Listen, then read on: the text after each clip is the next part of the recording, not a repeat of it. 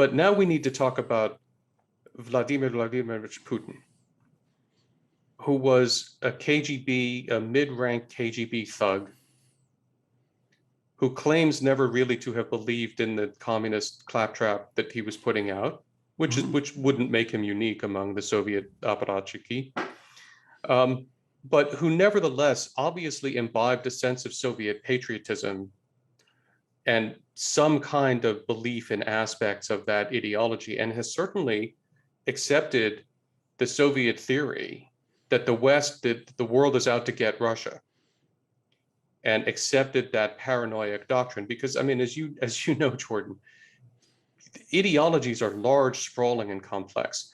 People can believe in parts of them while rejecting other parts of them. I'm willing to believe that Putin was never a committed communist per se, but it is apparent that Putin accepted the special destiny of the Soviet Union or Russia in the world to be a superpower and to have influence beyond the norm, and accepted that the world was hostile and was seeking to prevent the Soviet Union or Russia from having that role.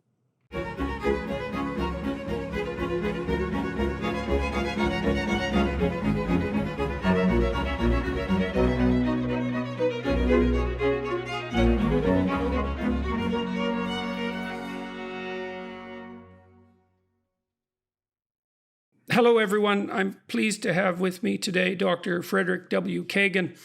I reached out to some of my contacts who have some intellectual credibility and some political expertise to find out who could be contacted to provide an update for everyone, me included, on the unfolding situation in Russia and Ukraine. And Dr. Frederick Kagan, his name popped up instantly. So I'll give you a bit of a bio and then we'll get right to the issue, what's happening in the Ukraine. Dr. Frederick W. Kagan is author of the 2007 report, Choosing Victory, a Plan for Success in Iraq. He's one of the intellectual architects of the Surge strategy in Iraq. He's the director of the American Enterprise Institute's Critical Threats Project and a former professor of military history at the U.S. Military Academy at West Point. His books range from Lessons for a Long War, American Enterprise Institute Press, 2010, co-authored with Thomas Donnelly, to The End of the Old Order, Napoleon in Europe, 1801 to 1805, Da Capo Press, 2006. He worked as an assistant professor of military history at West Point from 95 to 2001, and as an associate professor of military history from 2001 to 2005. Dr. Kagan holds a PhD in Russian and Soviet military history from Yale. So welcome. Thanks for agreeing to talk to me today. I very much appreciate it. I'm looking forward to this insofar as you can look forward to a discussion about such topics. And so we'll get right to the heart of the matter, I guess, in the most pointed manner possible. Maybe you could give us some sense of what's happening right now, and then we'll move to why and what we should do about it. But as far as you're concerned, how should we be understanding the events that are unfolding in Ukraine? So several days ago, I confess I've lost all track of time, but several days ago, Russian President Vladimir Putin launched an unprovoked and unjustified and illegal attack on Ukraine for the purpose of conquering it.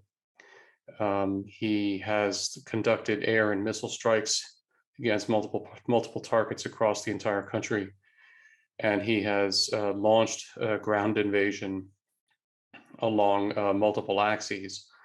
His objective is very clearly to take control of the Ukrainian government in Kyiv, but also take control of a lot of other territory in Ukraine.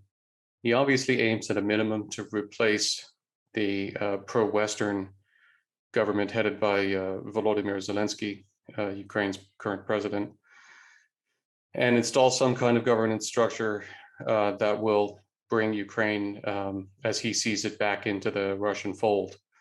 It's not at all obvious to me or anyone really what kind of governance structure Putin has in mind at this point, but it is very clear that he intends to do this at the muzzle of the tank, and that he is willing to kill quite a lot of people and do quite a lot of damage in Ukraine in order to regain control of the country. And that is what is going on. In short, it's part of a larger effort that Putin is engaged in to reconstitute the Soviet Union in some way, or possibly the Tsarist Empire in some way. The geographies of the Soviet Union and the Tsarist Empire had interesting overlaps and underlaps, and it's important to keep in mind that Putin refers to both when he's talking about what his aims are. And then just, the last larger thing to zoom out from all of that, he's been very explicit about his intention to destroy the NATO alliance, to break the ties between the United States and Europe, to change the world order fundamentally, and to return the United States to what he regards as its proper sphere, which is a Western hemispheric power. So let me ask you some questions about the way you answered that. So you started out by saying unprovoked, unwarranted, and illegal, and then you switched to, so I'd like to delve into that, why all of those, and then one might conclude that there's territorial ambitions here in some sense, and he is moving troops into a large geographical area of some value merely because it's a geographical area. But you also highlighted the importance of a shift in governance in Ukraine away from a pro-Western governance structure. And so how much of this should we assume is territorial in some sense, and how much of it is his desire to create a subordinate state? Is it a state subordinate to him, or is it more important to him, do you think, that it's not pro-Western? His objective is very explicitly to change the political order in Ukraine. It's not about territorial conquest per se. It's about ending Ukraine's ambitions to be part of the West to begin with. But he has written lengthy articles, and he has given lengthy speeches explaining that he thinks that Ukraine has no right to exist as an independent state, that it has no nationhood, that it is simply a natural part of Russia that was reft from Russia by the stupid Soviets, and then by what he has called the greatest geopolitical disaster of the 20th century, which was the fall of the Soviet Union. So it's apparent from everything that he says that his ultimate objective is to regain full control over Ukraine in some way. The exact way in which he would govern a reconquered Ukraine is not yet clear, but that he is insisting that it be in Russia's sphere of influence, under Russia's control, is not in question. So let's ask about this idea of the Russian sphere of influence, because one of the things that puzzles me in some sense is why doesn't Russia conceptualize itself as part of the West? Like, why does Russia insist upon viewing itself as an entity independent of the West, especially given the fact that it isn't exactly obvious that Putin is an admirer of what happened under Lenin and Stalin in the Soviet Union. And so I don't understand why we have to have this notion that it's Russia against the West. It's why he doesn't trust the West, we don't trust him. Like, what's the dynamic? I know they're trying to find a fourth way or something like that philosophically in Russia. Why are we in this situation where Russia doesn't conceptualize itself as part of the West? I love this question. This is great because you let me get in, do some of my nerdly historian stuff here. To begin with, Russia has never considered itself fully part of the West.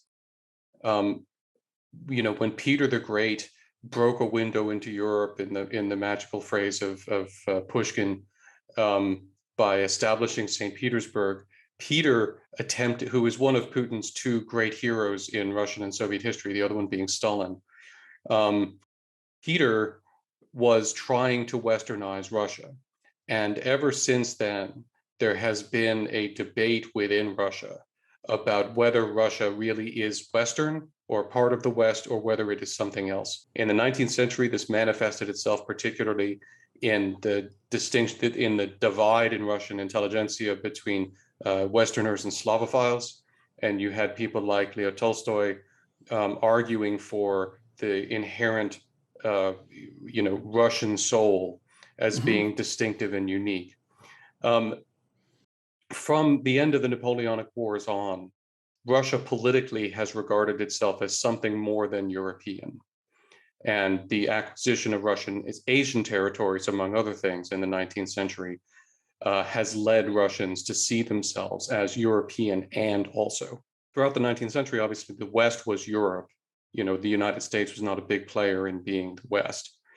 In the 20th century, it's hard to know exactly where Russia would have gone, except that Bolshevism, which triumphed in 1917, was an explicit rejection of the Western political economic model and a move in a different, unique direction. So there was a narrative of Russian uniqueness, and there is an inherent sort of Russian messianism, and the messianism actually goes all the way back to Ivan the Terrible.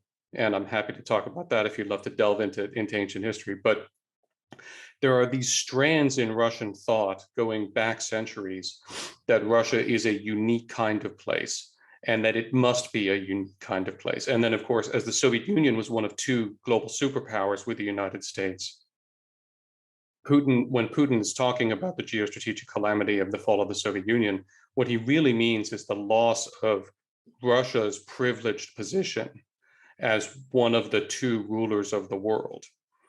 And what he is aspiring to is reestablishing that. Oh, I've tried to understand this Russian exceptionalism. I mean, I'm an admirer of Russian literature, and Solzhenitsyn certainly did feel that it would be appropriate for Russia, if it could throw off the shackles of its Soviet totalitarianism, to return to the Russian Orthodox tradition that undergirded the Tsarist regimes, let's say. And he felt that a return to that would produce the foundation that would allow proper movement forward. But that still, to me, doesn't exactly seem to justify claims that in some sense this is a non-Western enterprise. I mean, insofar as it's grounded in Orthodox Christianity, it's still grounded in Christianity, which makes it broadly Western. And I've tried to understand. But no, but not okay. Not in the Russian historical conceptions, because the messianism was established under the Ivan rulers was the notion of Moscow as the third Rome. And the argument was that first there was Rome and Christianity was founded there. Christianity moved to Constantinople. And then when Constantinople fell in 1453, the Russian Orthodox Church began to make the argument that the center of Christendom had moved to Moscow, which was the inheritor of the true faith. And so in that sense, it is a line of Christianity that rejects sort of Rome as the center anymore, runs through Constantinople to Moscow and claims to be its own center. And so even in that sense, defining Christianity as a Western thing in this sense is problematic within the ideological framework that Putin and others operate in. Well, so they see that as more embedded in the remnants of the Byzantine Empire and in the separation from Constantinople and Rome a very long time ago. Correct. And do you know anything about the relationship between the Orthodox Christian authority hierarchy in Russia and the hierarchies of authority in Rome? Are the relationships good, or does the Orthodox hierarchy itself regard itself as something separate entirely and in opposition to the? It is separate. The Orthodox hierarchy in Russia does not regard itself as under the edicts. No, but are the relationships friendly, and is there communication, or there's communication, and successive popes have reached out to patriarchs to talk with them. But one of the things that it's important to understand is that Putin has carried on the tradition of the Tsars of subordinating the Moscow Patriarchate to himself. And so the Moscow Patriarchate at this point is fundamentally an arm of the Russian government. And so he controls it de facto. It is not an independent religious authority in reality, even though it is ostensibly. And so its relations with the Vatican are whatever Putin decides he's willing to have them be at any given moment. I don't understand there to be a particularly contentious relationship, except, and it wasn't with the Vatican actually, Most recently, if you want to get really nerdly on this, there was a big fight a couple of years ago because the Ukrainian Orthodox Church had been a component or subordinated to the Moscow Patriarchate. The formal leader of all of the Orthodox communities is in Istanbul. And a few years ago, I forgot exactly when, the Ukrainian Orthodox Church petitioned the Patriarch in Istanbul to grant it autocephaly, to make it independent of the Moscow Patriarchate, and that was granted. And so the Ukrainian Orthodox Church has become an independent entity directly under the the Istanbul Patriarch.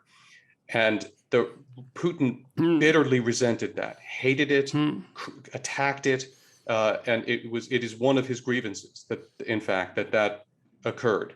That was not done by the Pope. That was done by the Patriarch of Istanbul. Well, people might be wondering why we've taken a detour into a religious direction, but the answer is we're trying to sort out the issue of the degree to which Russia rightly regards itself as an autonomous community independent of the West. And in order to answer that question properly, you have to delve down to the bottom of the cultural separation, and near the bottom is, well, the relative autonomy of the Orthodox Church. And I have talked to people in Washington who are associated with the Orthodox Church in Russia, and they do claim that Putin goes to confession and that there is some validity to his claims to have adopted some approximation of Orthodox Christianity. That obviously leaves open the issue of what the relationship is between the political power and the church power.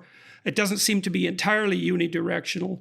And one of the things that also is a mystery to me in relationship to that is that you can trace a fairly clear line of development of democratic thought in the West proper to Protestantism in particular, which is grounded in Christianity. And there's a fair bit of emphasis on individual sovereignty in Orthodox Christianity, but there wasn't a development into a democratic polity in the same way there was, especially in Northern Europe.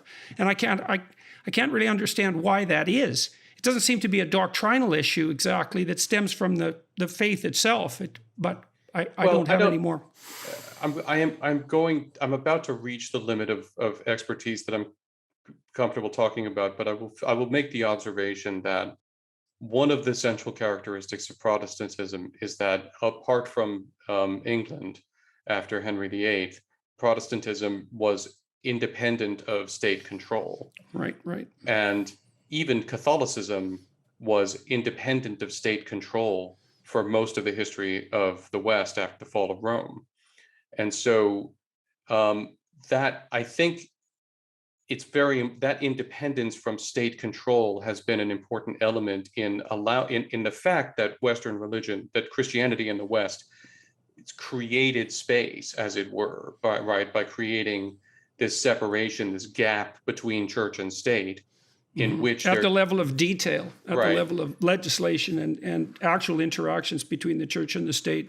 Yeah, and just this is what, of course, why one of the reasons Henry VIII took control of went to the Protestant Anglicanism and took control of his own church, because he was aggravated at having the Pope, have a say in anything. But in most other countries in Europe, the Pope continued to have a say in things for a long time, and it created a little bit of space.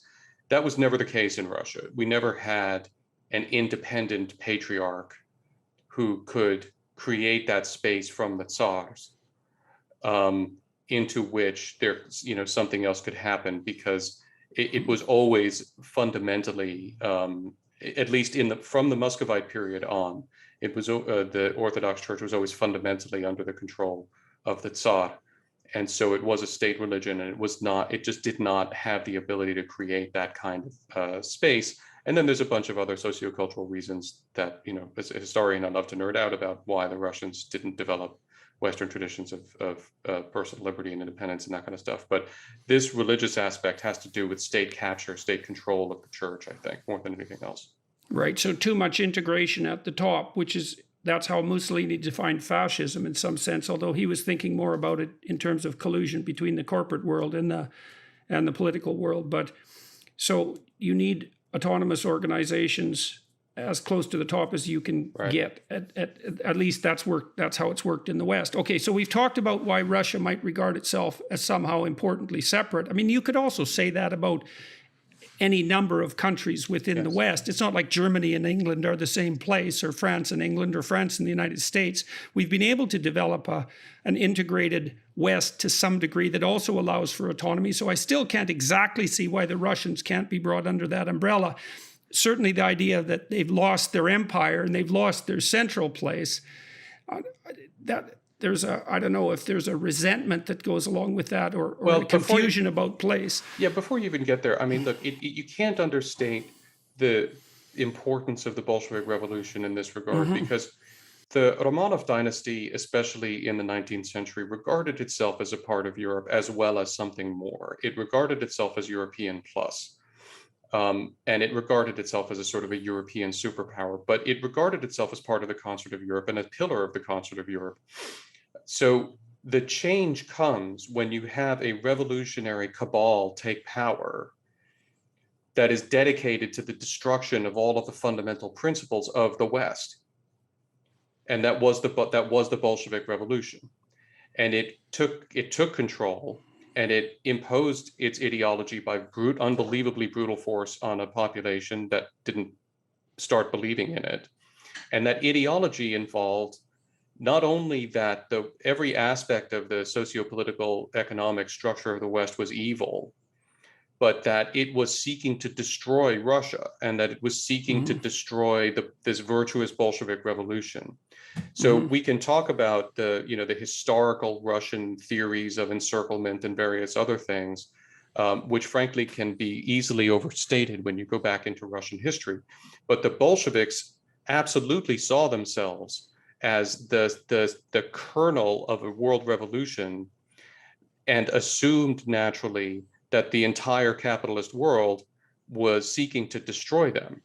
And to be fair to them, of course, the initial reaction of the Western powers was, in fact, to try to crush the Bolshevik Revolution. And we did have American troops land in Russia during the Civil War to try to help the white forces defeat the Bolsheviks. So there was an initial Western, and the British and the French did too. So there was an initial sort of Western intervention against the Bolshevik Revolution, which gave just a little bit of color to this.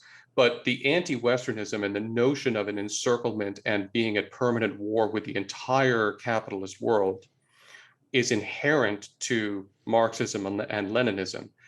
And then what did the Bolsheviks do? They systematically cut the Soviet society off from the world and took all control of communications, prevented people from leaving the Soviet Union. It's one of the ways that you can tell a legitimate state from a prison with a government is, does it allow its people freely to leave?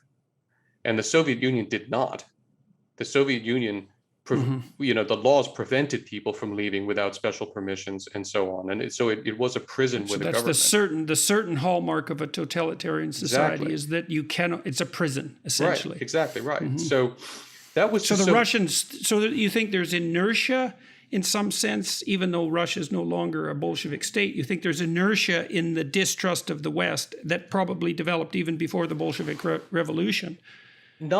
I don't think that there was a huge amount of inertia along those lines among Russians themselves, but now we need to talk about Vladimir Vladimirovich Putin, who was a mid-rank KGB thug, who claims never really to have believed in the communist claptrap that he was putting out, which wouldn't make him unique among the Soviet apparatchiki.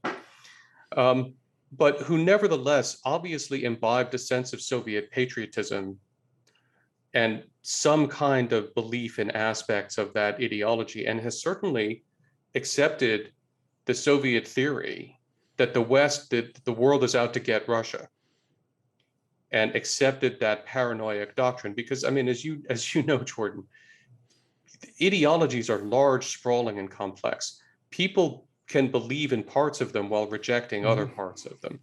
I'm willing to believe that Putin was never a committed communist per se, but it is apparent that Putin accepted the special destiny of the Soviet Union or Russia in the world to be a superpower and to have influence beyond the norm, and accepted that the world was hostile and was seeking to prevent the Soviet Union or Russia from having that role.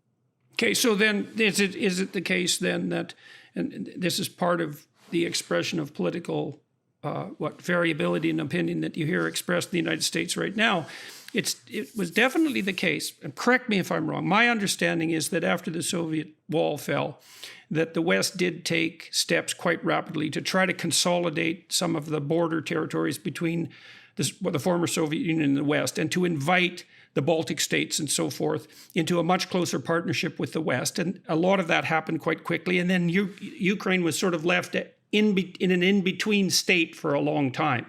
So it didn't get moved west as fast as some of the other states did. Yeah, I'd like to clean up the history here, because I think that the details matter. So the Soviet Union formally ends at the end of 1991.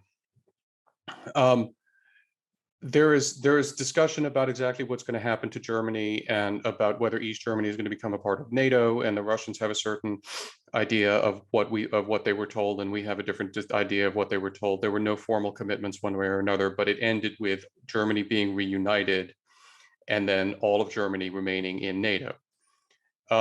There was no further expansion of NATO until 1997. Okay, so that's very important. It is not like in 1990, it's not like the year after the Soviet Union fell, NATO expanded. Nor is it the case that the messages that were going from the West to Russia were, we're going to take all of the non-Russia parts of the former Soviet Union into NATO, but you Russians need to stay out. You're the adversary. On the contrary, NATO reached out to Russia also, and NATO established a Partnership for Peace program. And Russia was a member of the Partnership for Peace program, along with all of the other former Soviet states. And NATO did offer various forms of technical assistance. The US offered various forms of technical assistance to Russia in the 1990s, most of which the Russians rejected, some of which they accepted, which were very important. And there was a lot of cooperation, because it's important to note that when Boris Yeltsin was president, he did not identify the West as the enemy. He sought to integrate into the West. He sought to westernize Russia, and he did to a considerable extent. And he sought to democratize Russia, and he did. And he had to fight off multiple efforts by the Communist Party of the former Soviet Union to regain power and reestablish communist rule. And he fought against that, and we did try to help him with that. But the first NATO expansion doesn't happen until 1997, and it did not include the Baltic states. The Baltic states were admitted in, I think, 2003, 2004. I've forgotten the exact date in there, but they were not admitted in that first tranche. So the notion that we somehow just immediately started snapping up, former Warsaw Pact states and then Baltic states into the alliance is false. Nor is it the case that that was initially done in a way, in the way that we expressed it to the Russians, as being aimed at threatening Russia. These states sought admission into the alliance. And look, we've got to recognize that the alliance was formed on a principle of an open door policy that is inherent, that is innate in the North Atlantic Charter that founded the alliance, that any state can request admission to the alliance. This is one of the things that Putin is demanding that NATO change. But that provision was not added or created after the end of the Cold War. It was created when the alliance was created. Now, obviously, the alliance doesn't have to choose to admit any particular member, but we can now ask another question, which is what did we, the West, think that NATO was doing in the 90s? And why were we admitting these former Warsaw Pact and then the Baltic states to the alliance?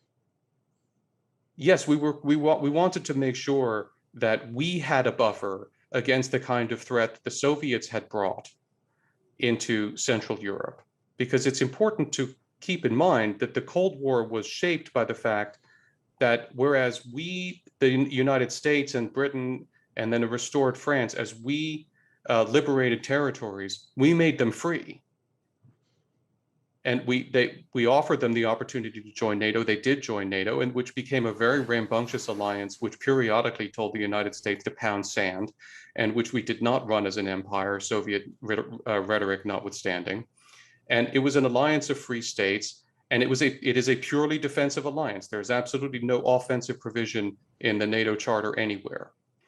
So that's what we did. What did the Soviets do? Well, when the Red Army rolled into Eastern Europe, it did not liberate anybody.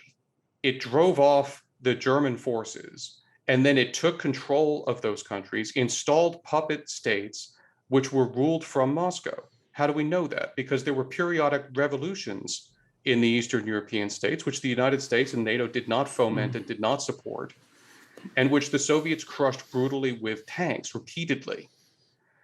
So they established an empire in Eastern Europe, and they brought millions of forces into the heart of Europe and threatened to overrun all of Western Europe. And that was the threat against which NATO was formed. I tell you all of that to say that people talk about the buffer that the Russians feel that they need against the West. The NATO expansion was about giving the West a buffer from the threat that it had just managed to drive off of vast Soviet mechanized armies in the heart of Europe, poised to overrun all of the West. So there was absolutely a security thing. NATO is a security alliance, and the big part of this was gaining a buffer for the West so that Europe could actually have peace and develop peacefully and without fear, which the threat of Soviet invasion throughout the Cold War had denied it.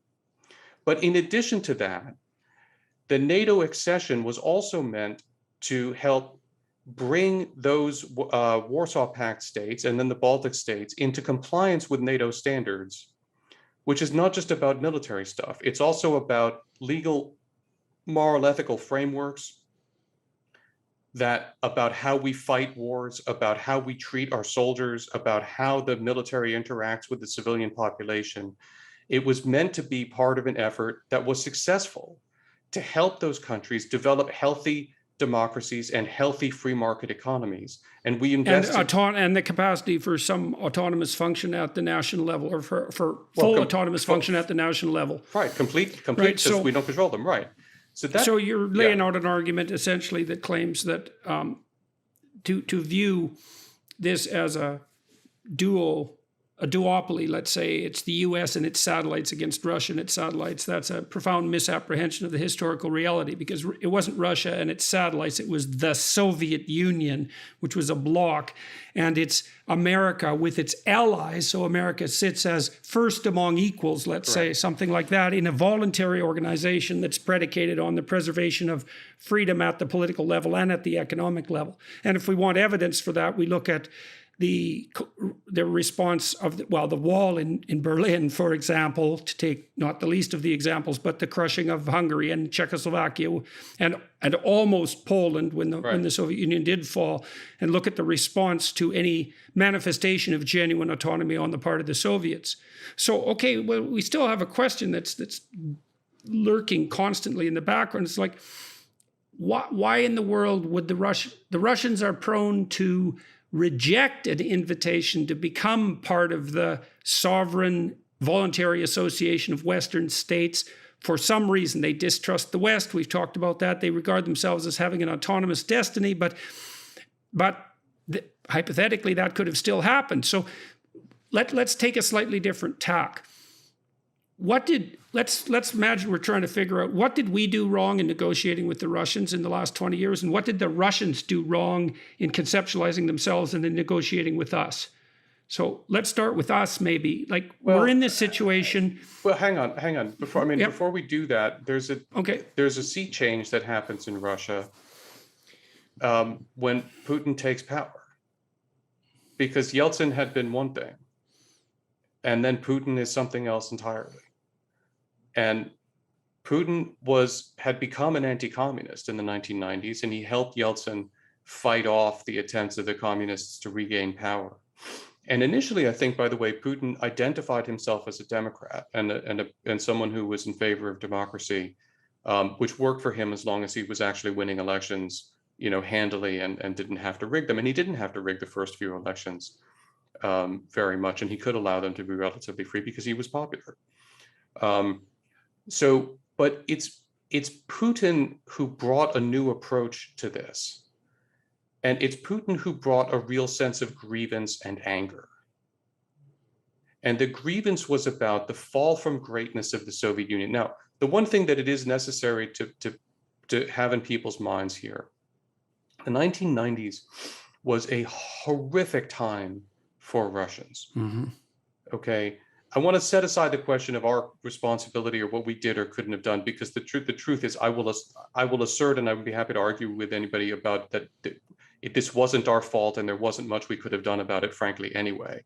Are you talking about the 90s specifically, about the 90s, or about what's? Yes. About Well, the yeah, the 90s were a catastrophe. Right. My son-in-law, former son-in-law, was Russian, and he said often when he went to school, him and his close relatives who were also attending school weren't necessarily sure they were going to come home alive through much of the early 90s. It was crazy. I was there in 1995 doing research in the Russian archives, and the ruble dropped from 3,000 to the dollar to 5,000 to the dollar in the 5 weeks that I was there doing research. One time, it was absolute. I went to the first McDonald's on Tverskaya Square as it opened, and it was an amazing thing. So I saw a little bit. I mean, I was standing around. There were guards with AK-47s guarding vegetable markets as I would walk by them. You know, why was that going on? Because everybody was getting cuts, and their rival gangs were controlling every aspect of it, and it was completely insane. It was a horrible period for Russians to live through. And it was an unbelievable humiliation for someone like Putin, who believes in Russia, that Russia should be one of the world's two superpowers, to have gone through that experience. So Yeltsin tried to lead his country through that with its democracy intact, and he succeeded until Putin destroyed it. Yeltsin was never able to fix the economy, really. So Putin comes in with a deep sense of grievance and burning with humiliation at what had happened to the Russians in the 90s. And he needed an explanation that came readily to hand for why that had happened. And on the one hand, he blamed Gorbachev for surrendering instead of fighting. And he bitterly resents the fact that Gorbachev didn't kill as many millions of people as he needed to just to stay in power. But he also blamed the West. In many respects, mostly unfairly, honestly, for Russia's humiliation. And then we had a narrative rapidly emerge in the early Putin years that not only had the West contributed to Russia's humiliation in this way and mistreated Russia in various ways in the 90s, but now the West was trying to prevent Russia, as he kept saying, from rising from its knees. And that the West was trying to keep Russia down. And he began to elaborate a series of narratives which attributed all kinds of malevolence and, frankly, much more thinking and coherence in Western policies than has ever existed in that to us, and also made the mistake that most humans make of solipsism, of imagining that he was at the center of everybody's thought and that everything that we were doing in the world was aimed at Russia in some way. And so he created this narrative, which he has been pumping into the Russian population ever since. Well, when things are going chaotically wrong, one of the simplest things to do always is to identify make a unitary assumption of cause and to make it external. Of course. It's convenient in 50 ways. Right. First of all, it gives you an enemy to unite against. It gives you an enemy to talk about politically. It solves your conscience. It's also very simple, because the reason that the former Soviet Union was so catastrophically chaotic in the 1990s, the reasons for that are unbelievably complicated and detailed. Right. And they go all the way from the highest levels of government to the nature of arrangements within families, right? The whole society was authoritarian for, 70 years, murderously authoritarian. And to unravel that and to take responsibility for it and to figure out how to fix it is way harder than to blame almost all of it on an external enemy. Right. Especially when you're also motivated, as you said, by this sense of thwarted destiny, which we could identify. I mean, in the West, we do regard a certain degree of patriotism as noble and justifiable. And you can see how that, under some conditions, noble and justifiable motivation would get hijacked if there was also reason to externalize blame for conditions, for resentment generated by genuine chaos. Right. Right. I mean, look, Okay. in addition to all the other factors you listed, we need to keep in mind how enormous was the task of trying to convert the Soviet economy to a free market. Basically, industrialization in Russia fundamentally happened under the Soviets, and it was done to a planned, centralized economy. So Russia is still littered today with what are called monotowns. They're towns of 500,000 people that exist around a single huge factory in which 75 or 100,000 people work. That was the Soviet model. The task of taking an economy built like that and turning it into a free market economy would have been unbelievably daunting with the best of the will in the world. And unfortunately, Yeltsin was preoccupied with the fight against the communists and keeping Russia democratic. I don't know whether he ever would have been able to undertake that mission successfully anyway, of marketizing the Russian economy, but he wasn't even able to concentrate on it. Well, and as you point out, that's not merely a conceptual issue. No, Part of the reason that free right. market frameworks work in the West is because the actual industries and micro industries and small shops are all autonomous and distributed. And so the legal structure matches the actual infrastructure. Whereas in the Soviet Union, as you said, because it was centralized, there's these massive entities that are not distributed or autonomous in any sense at all. And just changing the legal framework doesn't change that in the least. Exactly. So it was a huge task. And all of this leads to the externalization of grievance and the feeding of a grievance narrative that blames the West and then articulates this theory that the West is focused on preventing Russia from attaining its natural position of greatness in the world and so on. And then Putin, who was a spy master, he wasn't a terribly good one with the KGB, but he was a spy master, launches on a new form of conflict, which we now call hybrid war. Sorry, the phrase is hybrid war. Yeah. A phrase that's very complicated to talk about and understand, but that includes information operations and information warfare that can best be characterized by the term gaslighting. And this is the stock and trade of the Russian hybrid warfare effort. There's a Soviet concept, and there was a terrific paper at the Institute for the Study of War that my wife Kim founded and runs, and that I work with the Russia team there.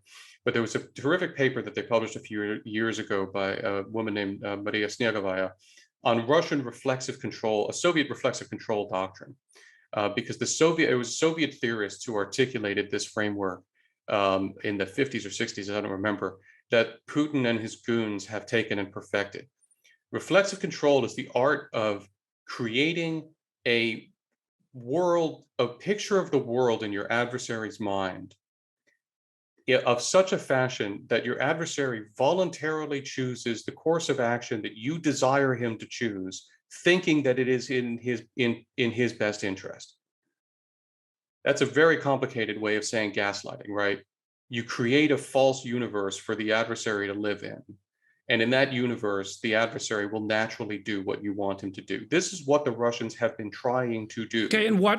So I have two questions about that. The first is, as soon as anything like that is put forth, it instantly sounds like a conspiracy theory. And I'm not saying that you're engaging in conspiracy theories, but that's the reflexive response. So what's the evidence in Great your question. estimate? Yeah, and then what's the narrative they're trying to create? How effective has that been?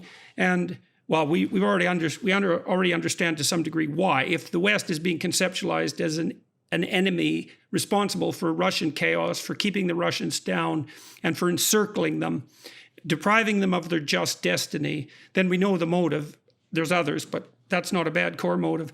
What's the warfare aimed at, and what's the evidence that this is occurring, and how and where and how are we subject to it, all of that? So, right, as soon as you're operating in the information space and as soon as you're dealing with this kind of psychological warfare and stuff, I will tell you there is a mountain of evidence that this is going on and it's deliberate, and lots of people can argue with that. and certainly we can argue about the specifics. But the evidence is, first of all, this is a published Soviet doctrine, which we can read. You can read this, where this is articulated. And then there is Russian doctrine on warfare and on hybrid warfare that also explicitly lays out this framework. So the barrier to entry here is reading Russian. If you can read Russian, then you can read official Russian doctrine and documents laying out the theory of hybrid warfare and how to conduct it. Now, there's one trick in the way that they tend to articulate this most clearly, and we've written about this as a terrific paper. I would commend to your attention by Mason Clark, the Russia team lead at the Institute for the Study of War, on Russian hybrid warfare and particularly lessons from Syria, where they used this approach and then wrote about it.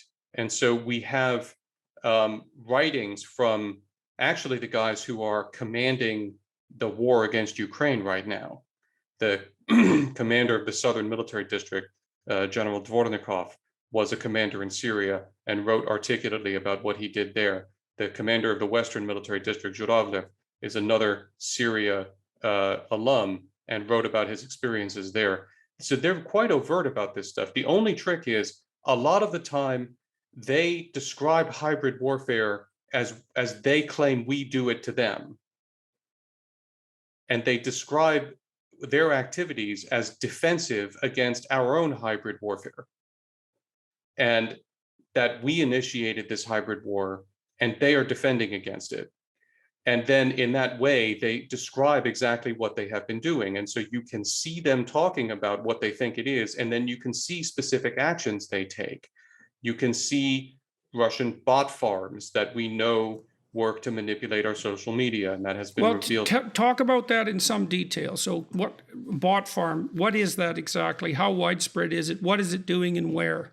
So this is where you take you program you take computer programs that masquerade as Twitter accounts, for example, and they do lots of different things. Sometimes they will just either tweet out or otherwise message out sort of spam in such volume as to drown out other voices. But a lot of the time what they do is they will repeat Russian messages from lots of different accounts that appear to be independent accounts. So they seem to be corroboration of the Russian narrative, but they're actually all computer programs that are not, they're not even humans, and they're controlled by Russia. It's a mimicking of a bottom-up process. Right. I'm not the expert on this. Lots of people on both sides of the political aisle have written about this. There's a lot of technical detail about this, and you can find a lot of, this is not questionable. This is going on is not in question. Any idea how extensive it is? Like if you're on Twitter, do you have any sense of what proportion of responses that you might be subject to would be? I don't know. One of the things that's happened is we got wise to this especially after the 2016 election, when the U.S. became, and I don't want to get into that whole election controversy.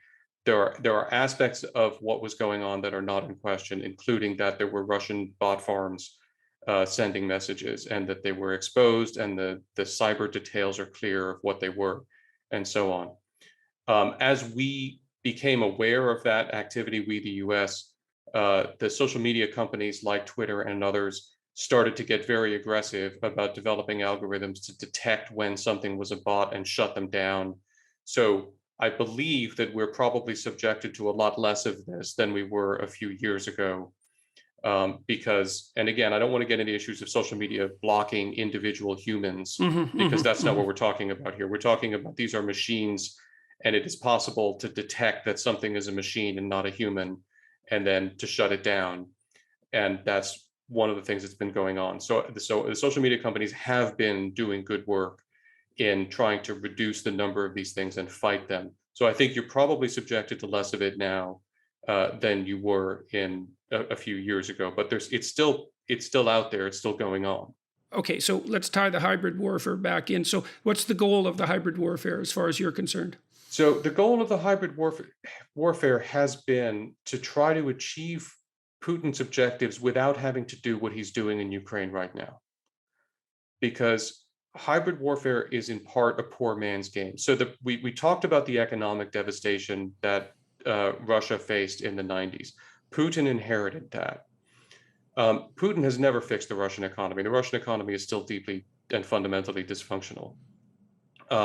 Oscillations in energy prices have helped him.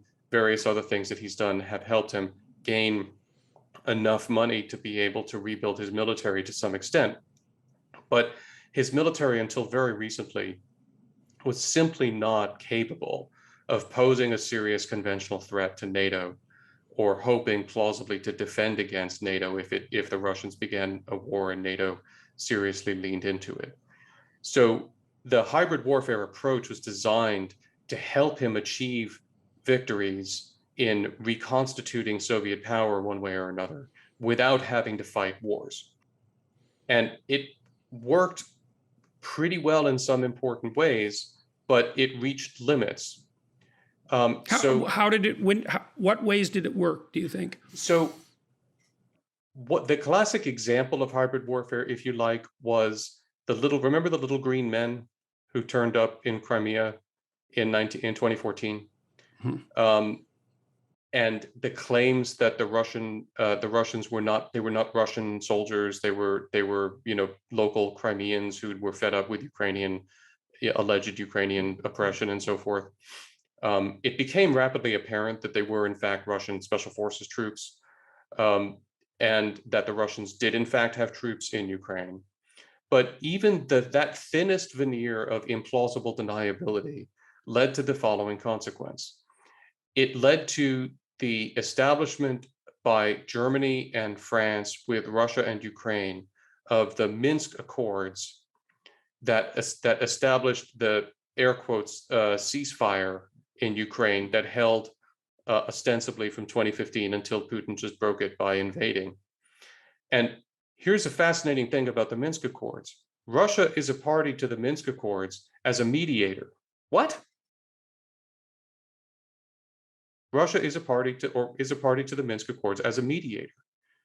Nowhere in the Minsk Accords is there a recognition of the fact that it's Russian forces in Ukraine, that the proxy republics that Putin just recognized their independence are Russian controlled, that the chain of command of the forces of those proxies ran to the 8th Combined Arms Army, which is Russia's headquarters in Rostov-on-Don. Nowhere in the Minsk Accords is that recognized. And so you think that was made plausible, rendered plausible, yeah, or possible even by a successful disinformation or propaganda campaign? Yep, because the Russian approach, again, and all of this just changed.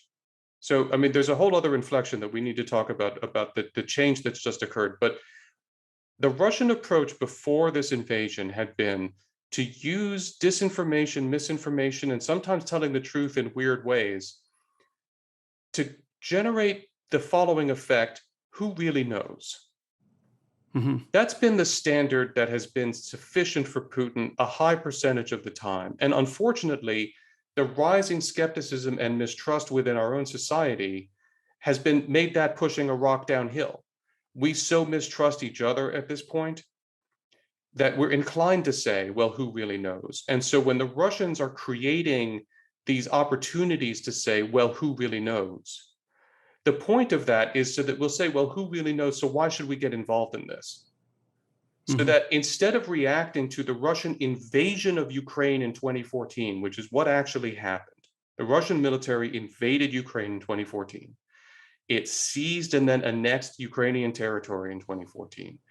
And then it continued a war in Ukraine from 2014 to the present. The Russian military was doing all of that. Instead of that, we've been talking about ceasefire. I have a sour joke for you, Jordan. I've used this joke right up until the invasion. What do you call it when the armored, mechanized artillery, missile, aircraft, naval, and special forces troops of two countries fight each other? In Ukraine, we call it a ceasefire. Because that's what had been going on. So by sowing chaos and confusion at the level of information, you sap the moral unity of the people that you're attacking. So they can't unite to justify to themselves even a singular and effective response. What you do is you isolate the victim. which is what the Russians have done or had done. They isolated Ukraine so that instead of seeing Ukraine simply as the victim of a Russian invasion in 2014, which is what happened, in the West, we've had a lot of conversations about, well, are the Ukrainians living up to their obligations under Minsk? Well, are the Ukrainians doing enough here? And you get rapidly into this, well, faults on both sides kind of thing, which paralyzes Western response. There aren't faults on both sides, faults on one side here. There are faults on the side of the Russians who invaded in 2014 and have invaded again.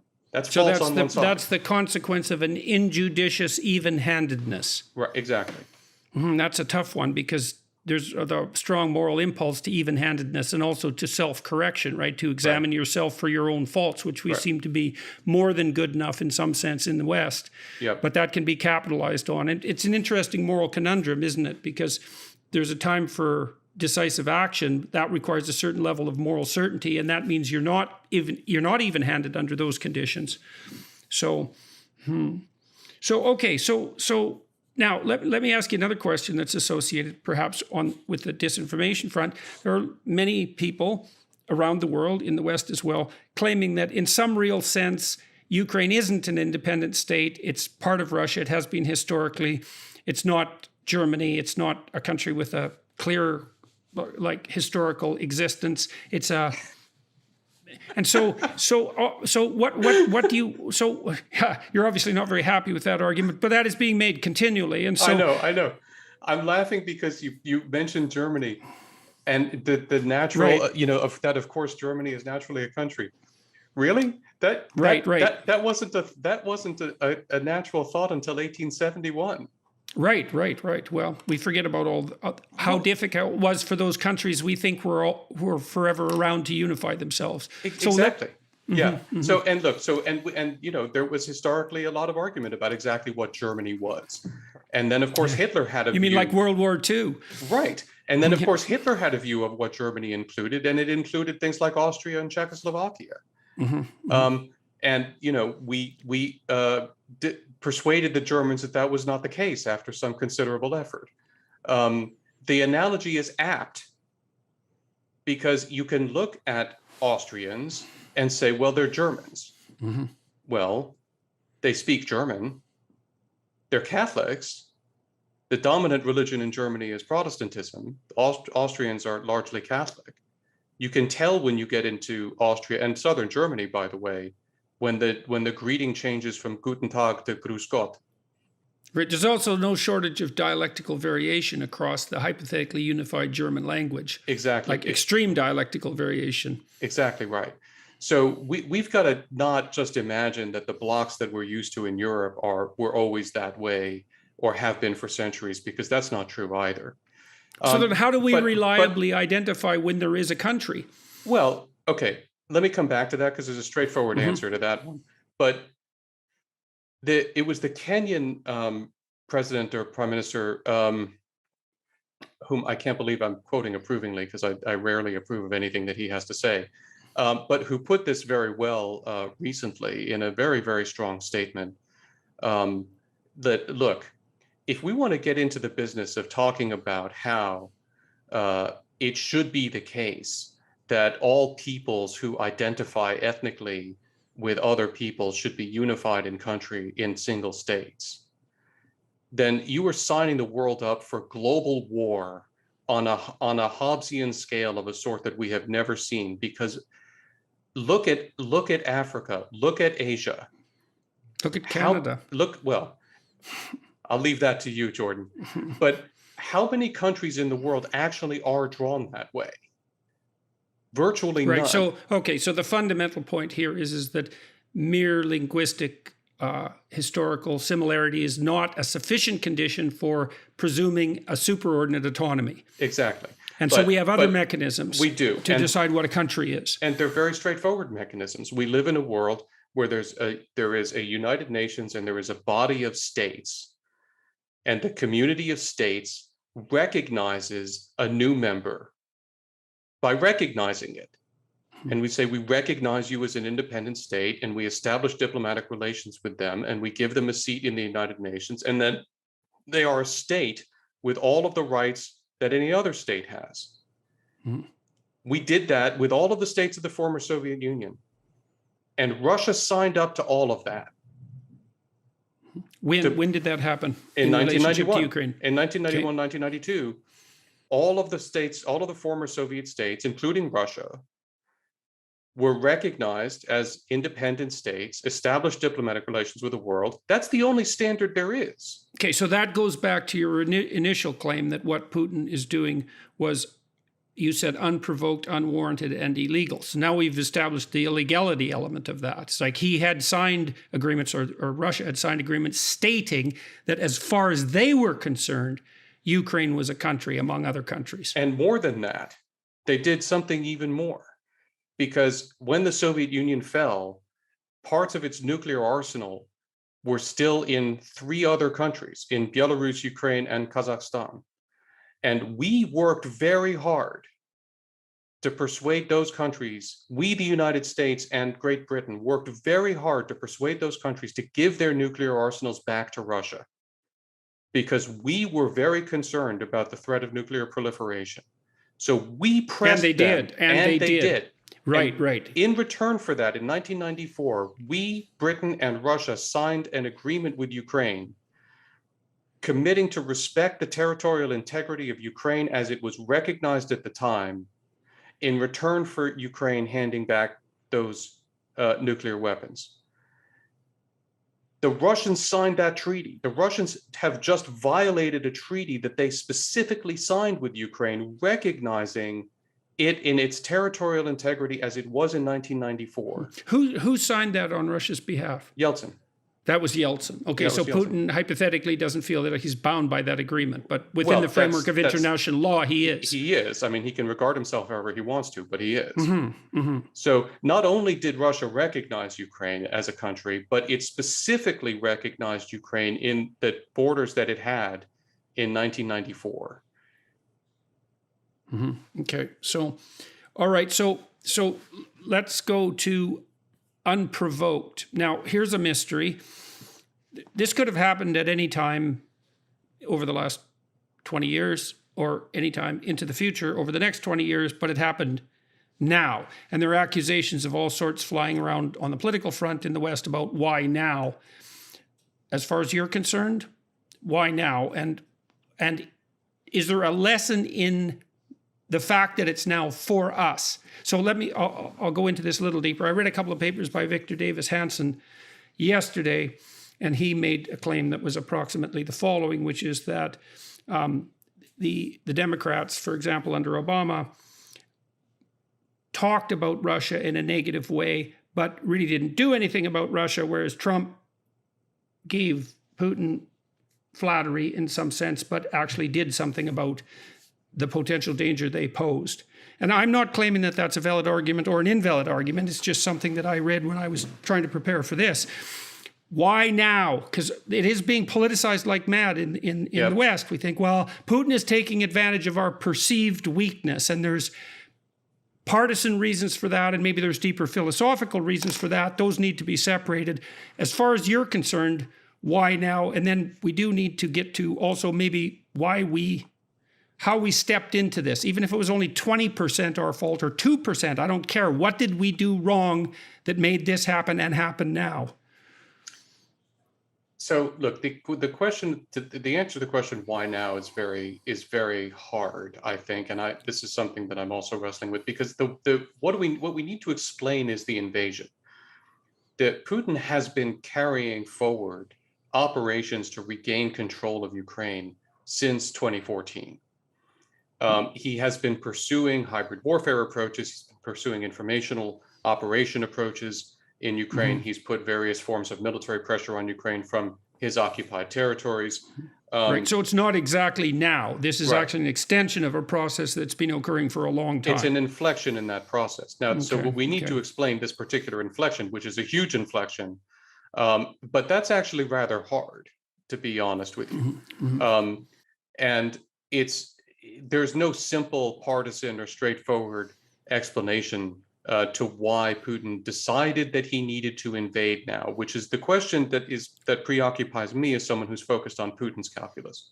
Well, the best explanation I've heard so far, and it goes along with this gradualist idea in some sense, is that part of what Putin did while he was attempting to wrest back control of Ukraine, let's say, is build a military presence on the border. Yeah. And then the fact that you've done that actually changes the situation substantially. If you're going to build, if you're much more likely to shoot someone with a gun if you happen to be holding it and pointing it at them as a precursor. And so you could see how a gradualist approach, and his initial idea might have just been, well, we'll build up the military to put even more pressure on the West and to continue this gradualist approach. But once it's there, the situation changes. And then it could be, in some sense, relatively small and relatively random events that precipitate it at any given moment. So I think it's quite possible that something like that occurred. There's a lot of technical details about, so I want to say on the air to you what I've been saying to other people that I talk to. I got this wrong. Okay, we made a forecast. I and the ISW Russia team made a forecast beginning in November and then carrying forward until very recently that Putin would not launch this huge invasion. And we were wrong. Obviously, he did. And I, as a matter of analytical integrity, I feel it necessary to say to people explicitly, yes, we were wrong in our forecast. And we've spent a lot of time trying to understand and think about why we were wrong and what lessons we can learn from that. Here's one of the reasons why we were wrong. Or let me say, this is one of the reasons why we forecast that he would not do this. Because when you look actually at the technical details of the way that he arrayed his forces around Ukraine, we were watching that and saying, this is going to stink, this military operation that he's conducting. He's not well set up to do this. Surely his professional military officers are going to tell him that this is a bad idea. And it turns out that we were wrong that he would be persuaded by that reality, but we were right that it was a bad idea. Because the problems that he's now encountering, we actually did predict that he would have the problems that he's now encountering if he conducted this operation. Okay, so it isn't obvious what precipitated this, and there isn't an obvious moral to derive from the story, but there are errors in it. And okay, sorry, go ahead. We'll get to errors, but before we get to our own errors, because I've got to tell you, Jordan, it's one of the things that I'm very focused on is you need to start by blaming the enemy for things the enemy does. I'm happy to talk about what our responsibilities are here, but this was all Putin's decision. I'm actually more interested in some sense now what our responsibilities are going forward. Okay. Right. So because that's the crucial issue. And I'd like to hear. When I commented about mistakes then, I was thinking, you said his troops were badly positioned, his military machine was badly positioned. And so that might mean he was setting it up for other reasons, but defaulted to this. Right. Why did that happen? What is the situation he's in now? Because he's not finding allies at that rapid a rate, let's say. No, he's not finding really allies at all. Look, the first thing I want to say is I think it's quite possible that he decided to launch this invasion because the intent of the mobilization, I think it is possible, the intent of the mobilization was to intimidate both the Ukrainians and the West into surrendering without having to invade. And that he therefore, allowed his military guys to set up a deployment that didn't make sense for an invasion, but was great for threatening. One of the things that happened, the Biden administration deserves a lot of credit for at least one thing that it's done, actually for a few things that it's done, deserves some criticism for other things, but for the first time in history that I'm aware of, the Biden administration fought a counter-hybrid warfare campaign back against the Russians. And as the Biden administration became aware of Russian preparations to conduct a coup d'etat in Kyiv, they told the Ukrainians about it, and they told the world about it. As they became aware of multiple Russian preparations to conduct false flag attacks or stage Ukrainian provocations or various other things that would have given Putin informational cover and created a who really knows effect in the minds of people in the West, the Biden administration blew every one of those operations. Okay, so why is that a hybrid warfare response on Biden's part and not just, I don't mean just, but not just the utility of straightforwardness and honesty as a response to disinformation and propaganda? It's both. Or it's both. Okay. It's both. Why because both? We can wage war with the truth because we're not trying to lie. Putin is trying to create a false universe. Putin is trying to create a fictitious universe, and the Biden administration punctured that. I'm calling it hybrid warfare because they reacted to, first of all, Putin engaged in violence, which makes it, politically motivated violence, which makes it warfare. And his guys were conducting deliberate information campaigns to support specific preparations for military activities. And the Biden administration engaged game for game with them on a very tactical level. So it wasn't just sort of blanket telling the truth. It was finding strategic as well, strategic and tactical, blowing all and of this informed cover. Yeah. And you can, by the way, see, I have a little bit artifact that suggests that this was true, because Putin held one of his weirdly publicly staged, National Security Council meetings on Monday.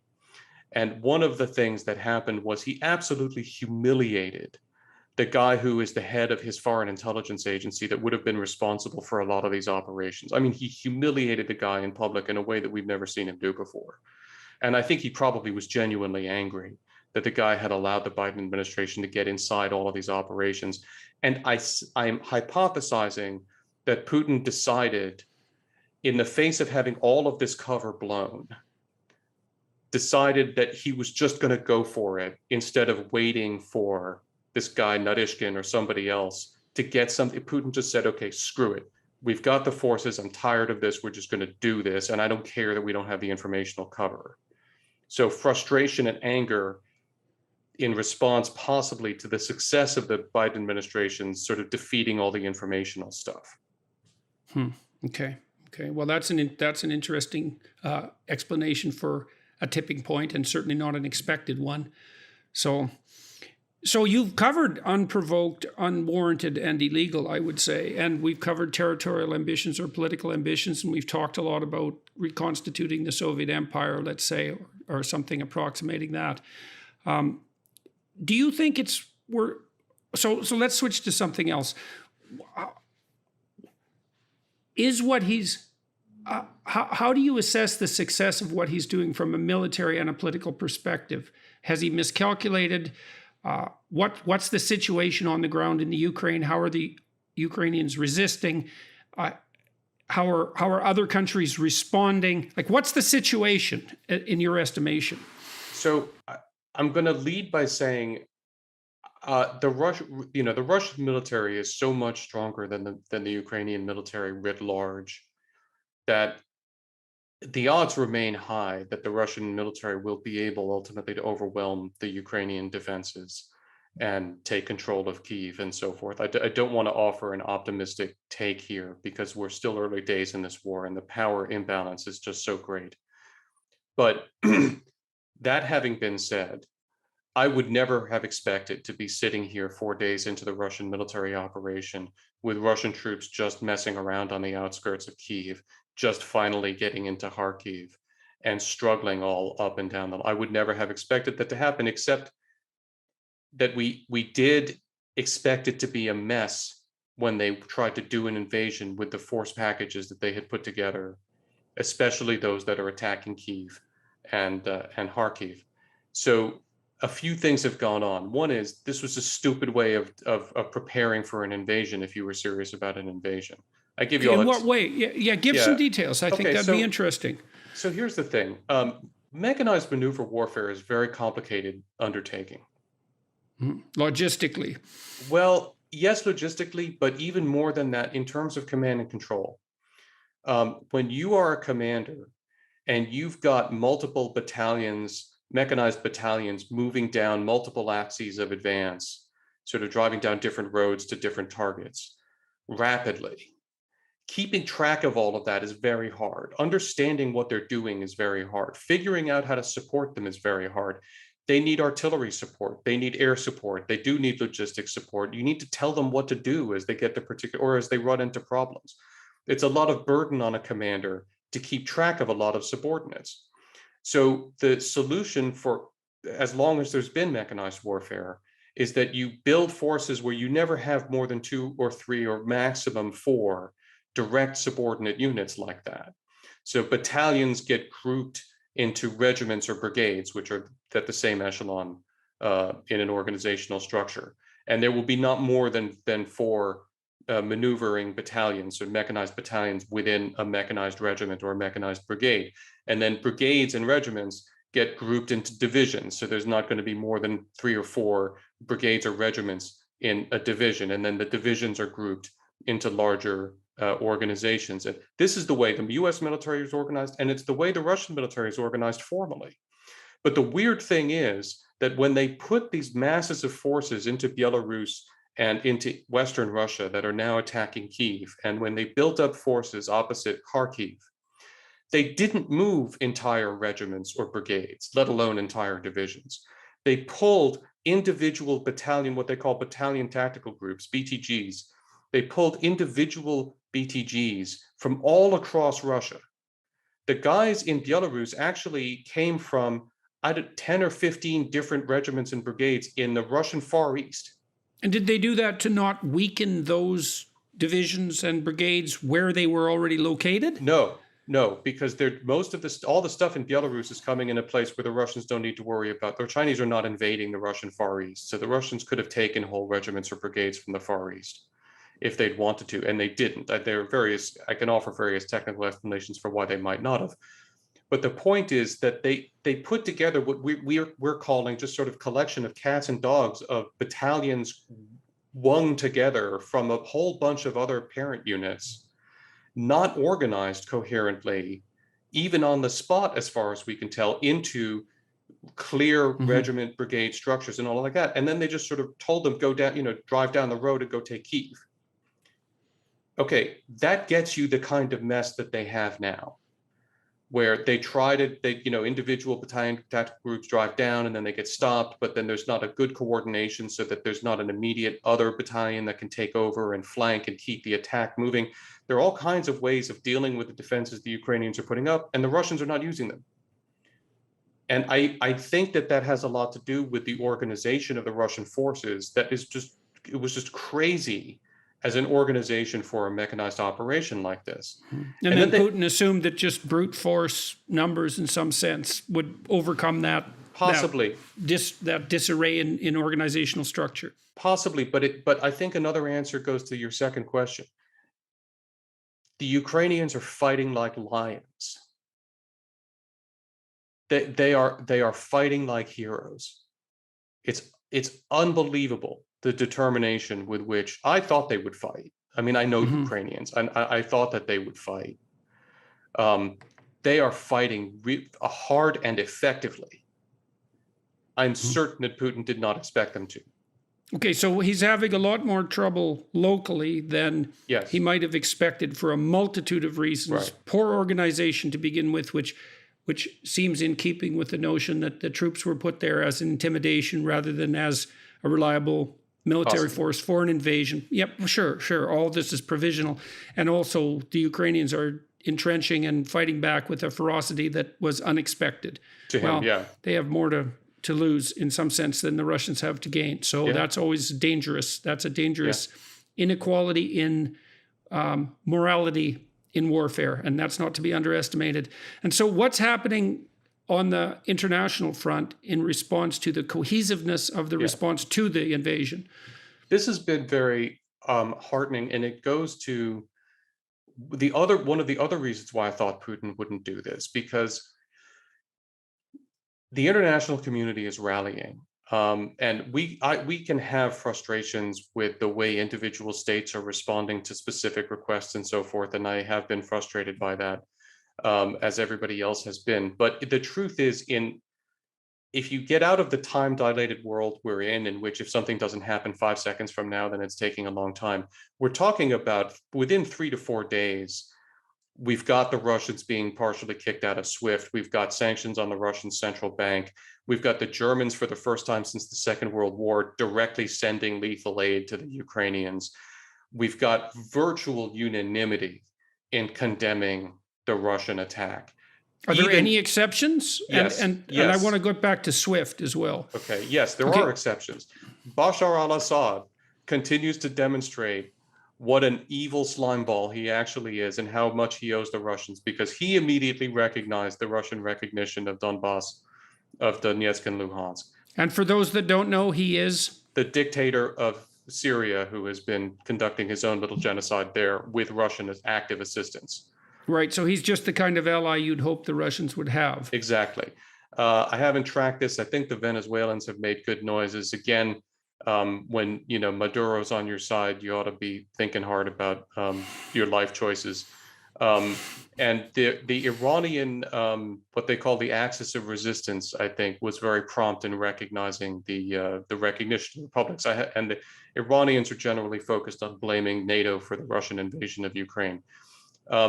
But other than that, even Xi Jinping could not bring himself to veto the UN Security Council resolution condemning the invasion. He just abstained. And we can... Right, so that's a big deal. It's a big deal. It tells you that what Putin has done is even Xi is going, Vova, I'm not sure that I can actually support you on this, the way you've done this. There's just no cover. Putin has given himself no cover. And so Hungary? Even the Hungarians supported kicking him out of SWIFT. And so let's go into the SWIFT issue to some degree, because people won't know what that is and why it's important. It's very complicated, and it is in some respects overblown. SWIFT is a European consortium that is the means by which banks communicate with one another to do bank-to-bank transfers. And if you are kicked out of SWIFT, then you have to find other ways of communicating with banks in order to do bank-to-bank transfers. There are other ways, but it's harder. It's much harder. It's much more. It's much slower. It's more. It introduces all kinds of friction into bank-to-bank transactions, which is important because the Russians rely on dollar reserves for their reserves, and when they have challenges interacting with the dollar market globally, it's a big problem for them, and getting them interfering with their ability to use SWIFT makes that much harder for them. So it makes it harder for them to do what? So they can't get access to money? To move money around, including to reclaim money that is abroad, or to move money to buy things, or various other things that states do and that individuals try to do using banks and so on. It just throws a huge amount of sand in the gears of all of that. Do the Russians use SWIFT to move money between the banks in Russia, or is that all international? I don't know how they do it within Russia. Okay. I'm sure they can work that out internally, but it's getting abroad is a whole other story. Okay. But important as SWIFT is, actually the sanctions on the Russian central bank are even more important, because SWIFT is just a means of communication, and it is important. And I'm glad that we've gotten people around on that for the most part. But we've got the EU imposing sanctions on the central bank. That's a big deal. That's a very big deal, because what does that mean? It can make it hard to impossible for the Russian central bank actually to play on the dollar market and to engage in the dollar economy, which is a problem because the global economy remains fundamentally a dollar economy. And as the ruble is predictably collapsing, as this is going on, in fact, there's a joke going around. Russians from the Soviet days and even before have a very dark sense of humor, and they excel at that, as I'm sure you know. But one joke going around as soon as the invasion began was, could you kindly tell us that before you invade somebody else the next time so we can buy dollars? Right. So Russians need dollars, and sanctioning the central bank makes it hard to impossible for the Russian government to deal in dollars and to interact in that way. And how long will it take the consequences of that to unfold in some way that actually bites, particularly on the military front?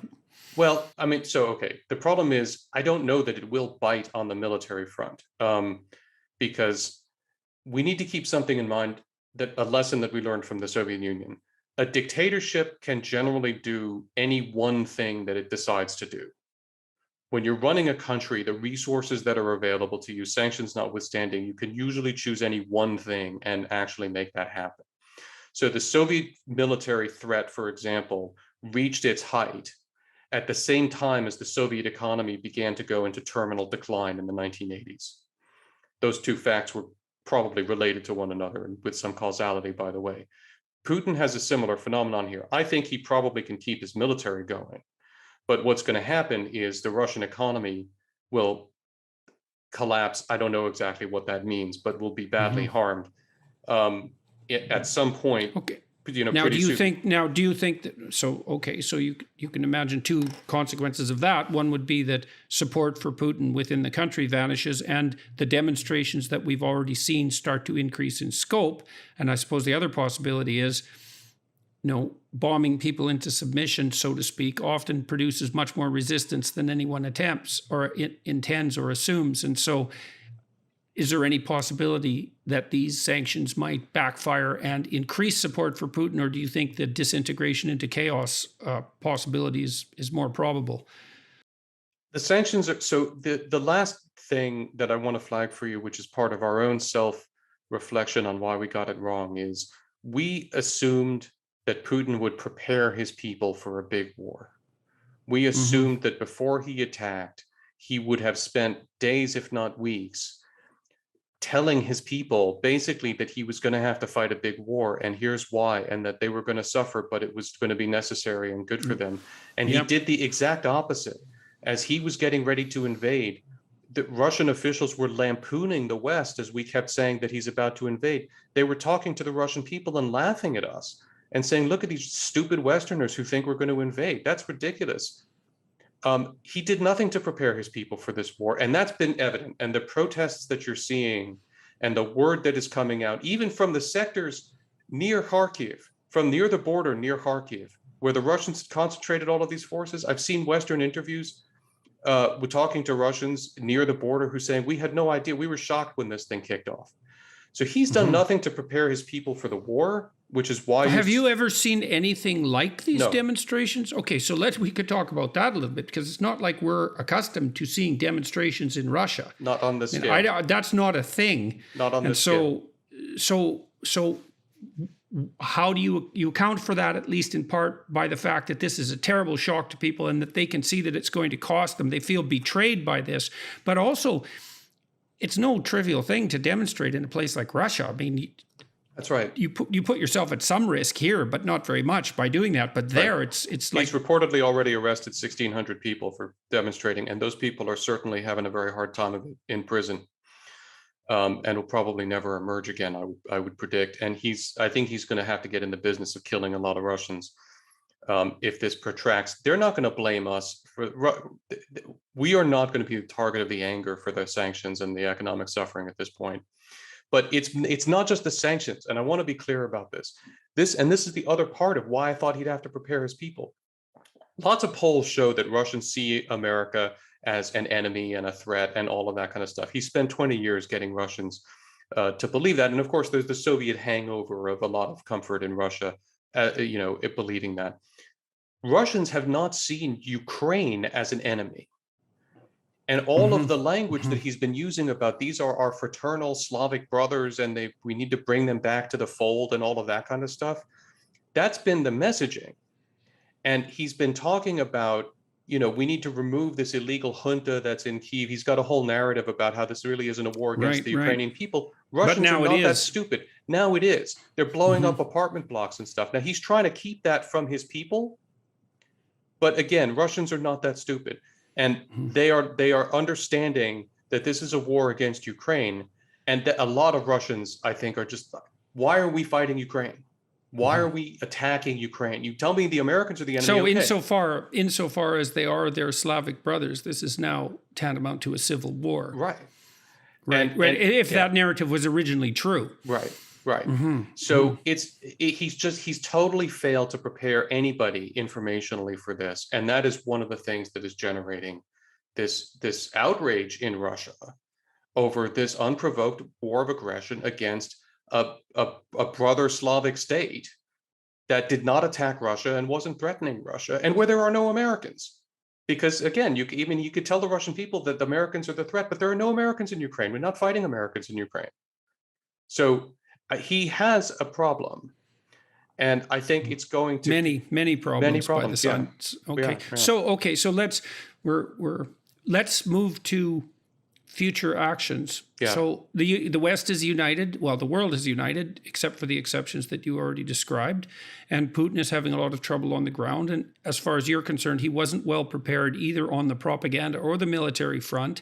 And he's going to suffer substantial economic costs. And so this, at the moment, this does not look like it's going well for him. Okay, so we could be happy about that, except that there are also nuclear weapons, and that's always something to think about. How do we not, what's the right reaction? It's not an underreaction, it's not an overreaction. What do you think is an intelligent pathway forward as far as you're concerned? And do you feel comfortable in even detailing out such a thing? Sure. Yeah, I'm comfortable with it. There's, we don't do secrets very well, and that's, this is straightforward. I guess I meant confident in your knowledge about making such a suggestion. As you can see, I'm comfortable making forecasts and recommendations with the possibility that they'll be wrong, and I'll accept the consequence if they are. It's my job to do that. So right now we're doing the most important thing that we should be doing, which is rushing the most important kinds of defensive weapons to Ukraine as much as we can. We need to try to help the Ukrainians save their country if there's any way for them to do that. And we need to bleed the Russian military badly if we can't. I am very confident that there will be a Ukrainian insurgency if Putin overcomes the Ukrainian conventional forces, and this can turn into Putin's Afghanistan war. And we should absolutely help the Ukrainians win that as quickly as possible. And that will be world changing. We need to do that. And what sort of defensive weapons do you think are? So we're sending primarily, what they need are anti-tank weapons, which are mainly Javelin anti-tank man-portable. You could fire them from your shoulder missiles, and Stinger anti-aircraft missiles. Again, we sent Stingers to the Mujahideen in Afghanistan in the 1980s, and it did fearful harm to the Soviets, and we're sending Stingers here too, and the Ukrainians are using them to good effect against Russian aircraft today. Those are the most important things we need to do. I'm sure that there's also sort of basic ammunition and stuff that we need to send, also humanitarian supplies, and they're increasing their organizations. I don't have the list right now, but there are organizations getting together to send humanitarian relief to Ukraine. I encourage everybody to do that. As long as there is an independent Ukraine, it's going to need a lot of help because the Russians are doing fearful damage to it and will do more. So that's what people can do that at a local level. Maybe we could put some links in the description of this video. I'd like links from you for recommended papers. Okay. So that people could familiarize themselves, but also anything you could provide us that would help in that practical sense would be useful as well. Okay, you bet. Start with our websites, understandingwar.org and criticalthreats.org. And we have daily and sometimes several times a day updates of exactly what's going on with maps and a lot of detail. And I'll try to find you some links for organizations that are doing good work here. Okay. I'll name one. Spirit of America has historically done really great work, and they've got a Ukraine program going. So we're doing all of that stuff, and that's great. We're going to bring a lot of economic pain on Putin, and that's great. Look, a wounded bear is a very dangerous animal. And we must not be complacent about this. I want to bound what I'm worried about here for your listeners, okay? We're not going to get into a global thermonuclear exchange that ends the world. Why not? Because as crazy as Putin might or might not be, he's not that crazy. Why do you believe that? Because we are not going to do anything that is going to put the survival of Russia at stake in such a clear and fundamental way. Okay, so that's part of the issue of a measured response, is that, so the measured response is to insist upon the territorial integrity of Ukraine. Right. And that's it. I mean, we're not going to invade. It. We're not going to attack Russia. We never were going to attack Russia. We're not going to attack Russia.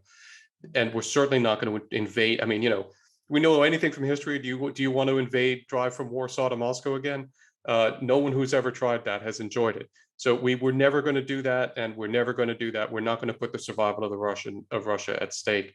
Putin is not going to end the world because we're never going to back him into a corner like that. That hard. Yeah. Now, I am worried about a conventional expansion of this conflict. Yeah, well, because I was wondering when you were saying we start to funnel in defensive weapons, well, at what point, well, now we should be the global community, not the United States, to the degree that that's possible. And then, but it's still, at what point does the funneling of defensive weapons become active engagement in the war process? I mean, that means the movement of troops, I would presume, from other countries, that maybe that's a dividing line. No, I mean, no other countries are sending troops into Ukraine. And you think that's appropriate, certainly at the time and perhaps into the future? I'm going to tell you I'm going to tell you what I'm worried about before I say that's appropriate indefinitely. Look, we know what Putin did to Syria. We know in Syria that Russia was using precision-guided munitions to attack bread lines and hospitals in Syria. We know that he was supporting what were called siege and starve campaigns to compel communities to surrender by literally cutting them off from food and water and watching them die until they surrendered. These are things that Russia did in Syria, and it's very well documented.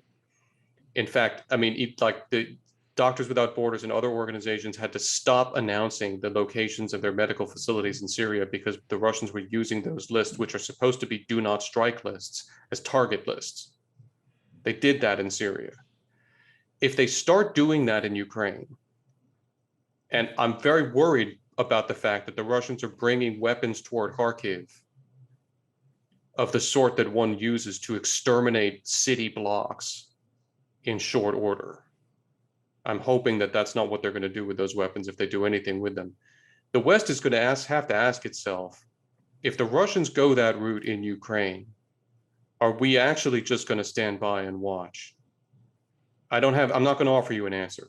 I'm just telling you that's a decision. That's a decision to take down the road. If they go there, and I hope that they don't. But as long as they don't go there, we're not going to see Western troops going into Ukraine, and I'm not going to advocate for that. And I'm not getting into, I'm not suggesting that we should do that. Now we should do everything we can to help the Ukrainians defend themselves. Putin has said that it is an act of aggression to help the Ukrainians defend themselves, which is not true. But he has asserted that, and he has threatened to attack the countries that are helping the Ukrainians. Might he attack Poland? Yes, he might. He might attack Poland. I can absolutely see Russian missile strikes or airstrikes into Poland or into Hungary or into Romania or into any of the states which would be an attack on NATO territory, which would activate Article 5 of the NATO treaty. Which would mean what would have to happen? Well, it would mean that we and all of the other NATO member states would need to vote to activate Article 5, which I would hope that we would do. And then what I would like to see us do is what we are now doing, or an acceleration of what we are now doing, which is sending American military power and also British and French and other countries' military power to the NATO borders, to the eastern NATO borders, in a defensive posture to defend. There's no one is talking about attacking, but we have to be prepared to defend against these sorts of things. The complexity will come if the Russians actually begin rocketing or firing missiles into Poland. The defense against that is counter battery fire, and at a certain point, you do start to have to shoot back at Russian the line between defense and offense is quite blurry. Well, it's not in a legal sense. This is, legally that would not be an offensive action. The Russians would have engaged in an active war against Poland, and Poland and NATO Poland would then have a right under international law to defend itself, and NATO would have a right under Article 5 and collective security agreements to come to Poland's defense in that regard. No one is going to talk about a ground invasion of Belarus or Russia or Kaliningrad or anything. I am confident that NATO will act, if it acts militarily at all, in an entirely defensive fashion, and simply for the purpose of eliminating known imminent threats of attack to member states. But no one is going to talk about an invasion, and we're not going to do that. But we are going to have to change our force posture very fundamentally, which is going to have all kinds of ripple effects, because this is not a short-term crisis. The threat that Putin is manifesting is a threat that's going to be here as long as Putin is here. So we're going to have to be prepared to defend Poland and Romania and the Baltic states from the Russian conventional threat. For the first time since the end of the Cold War, we're going to have to be prepared to defend against the risk of a Russian mechanized attack on NATO member states. The US defense budget is not built to do that. The US force posture is not structured to do that. Our national security documents are not built to do that. We're going to have to change all of that. And we're going to have to rebuild some defense capability, and we're going to have to spend more on defense because China hasn't gone away. We've spent more than 90 minutes here talking about Russia. We haven't talked about China, which is great because I'm not a China expert. Mm-hmm. But this doesn't reduce the threat that China poses to Taiwan or the requirements to beef up our capabilities in the Pacific. By the way, we've got problems in the Middle East still going on. We haven't talked about that either. And we've got an ongoing series of wars in the Middle East that can engage us at any moment. We've got to get serious about our defenses. And I can tell you right now that the defense budget that we're operating under is insufficient by a lot. And no one wants to hear this. No one wants to spend more on defense, but the world is at war. So let's sum up a bit, and then let's see if there's anything else we need to cover. It's been a pretty comprehensive discussion, and we've talked about an unprovoked, unwarranted, and illegal attack by Russia on Ukraine, which is by all indications a sovereign state, by legally and otherwise. We've talked about why the Russians might have been motivated to do that historically and also proximally. We've talked about the situation on the ground and internationally. The Russians are having more trouble than they might have predicted on both fronts, and I suppose that's good news in some sense for the rest of the world and for Ukraine. We've talked about the pitfalls associated with that. We've talked about how this might move forward and should move forward, partly in terms of supporting Ukraine's and the Ukrainians' attempts to defend themselves, and then what might occur after that. You've talked about your belief that the world response, because I won't call it the Western response, the world response is likely to be measured and careful, and that as far as you're concerned at the moment, you don't see radical danger in this tit for tatting up to some ultimate exchange. And so, well, I'm wondering if there's anything else you think it would be useful to bring to the attention of people at this particular point. We can always have a conversation like this again as things unfold. Anything else you think that is necessary for people to understand right now? I think that I just want to end by saluting the heroic Ukrainians who are defending themselves valiantly against this attack. Salute all of those who helped them. And I will sign off as I will going forward while this war is going on and while there's a free Ukraine. Slava Ukraini. Glory to Ukraine. Well, thanks very much for talking to me today, and we'll get this up as soon as we possibly can. Thank you so much. Thanks for having me. My pleasure. My pleasure.